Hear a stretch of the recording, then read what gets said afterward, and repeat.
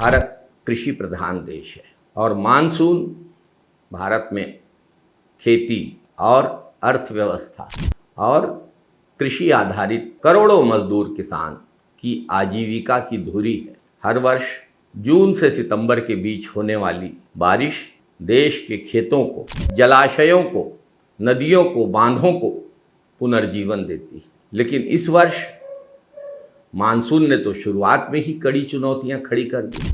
1 जून से 16 जून 2026 के बीच पूरे देश में सामान्य से करीब 36% कम वर्षा दर्ज की गई।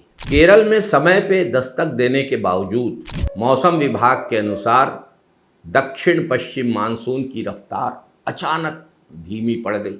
कई दिनों तक उसका उत्तर दिशा की ओर बढ़ना थमा रहा। इसका सबसे बड़ा असर हमारे छत्तीसगढ़, मध्य प्रदेश और महाराष्ट्र जैसे राज्यों में देखने को मिला।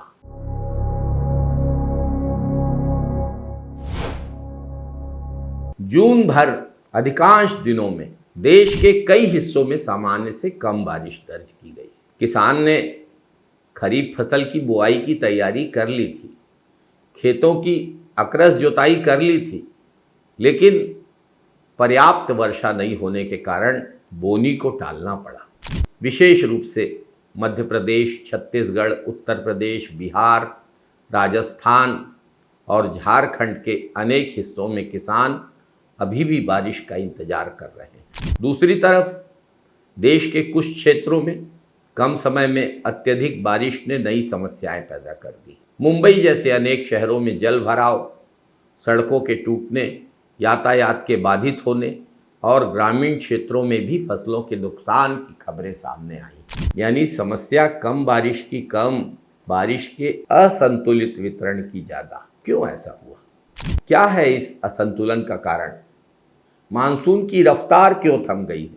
मौसम वैज्ञानिकों के अनुसार इस बार मानसून की धीमी चाल के पीछे अनेक कारण हैं। बंगाल की खाड़ी और अरब सागर में पर्याप्त लो प्रेशर सिस्टम का विकसित नहीं होना, वायुमंडल में प्रति चक्रवाती परिसंचरण एंटी साइक्लोनिक सर्कुलेशन ने भी मानसून की प्रगति को बाधित किया। प्रशांत महासागर में बन रही अल नीनो जैसी परिस्थितियां भी मानसून की सक्रियता को कमजोर करने के लिए जिम्मेदार है।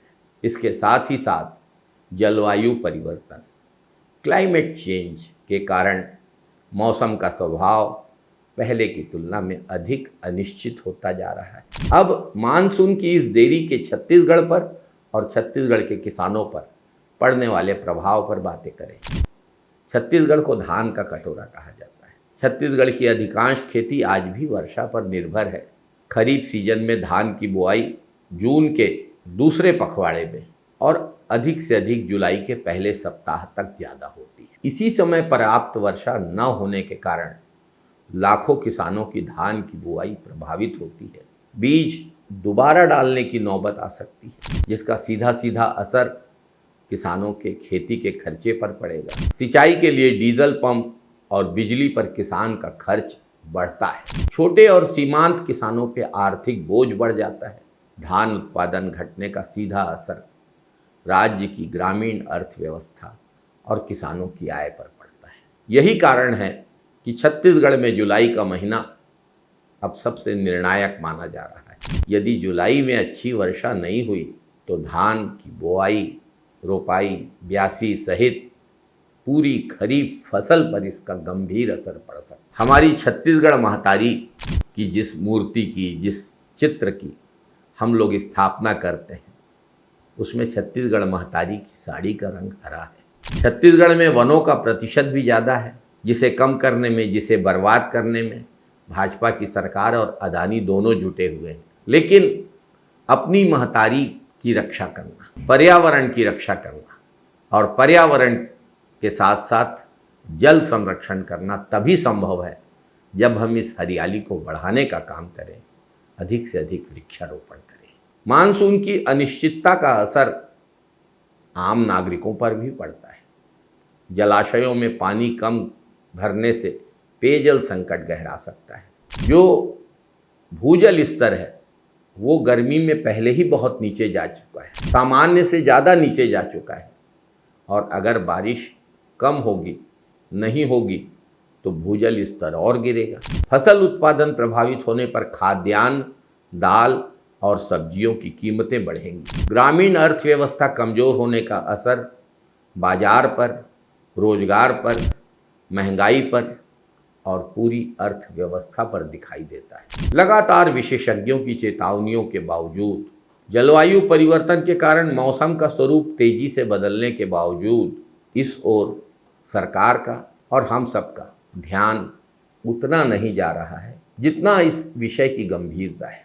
पहले बारिश अपेक्षाकृत नियमित और संतुलित होती थी, वहीं अब बारिश के दिन कम हो गए हैं, लेकिन बारिश ज़्यादा हो जाती है और लंबे सूखे के दौर आते हैं। इसका परिणाम है कि कहीं बाढ़ और कहीं सूखा जैसी स्थिति एक साथ देखने को मिल रही। दूसरी ओर ग्राउंड वाटर रिचार्ज कम होने के कारण नदी और नालों में पानी तेजी से बह जाता है और भूजल स्तर लगातार गिर रहा है। भूजल का दोहन भी सिंचाई के लिए, उद्योगों के लिए और व्यक्तिगत उपयोग के लिए बहुत बड़े पैमाने पर बढ़ा है।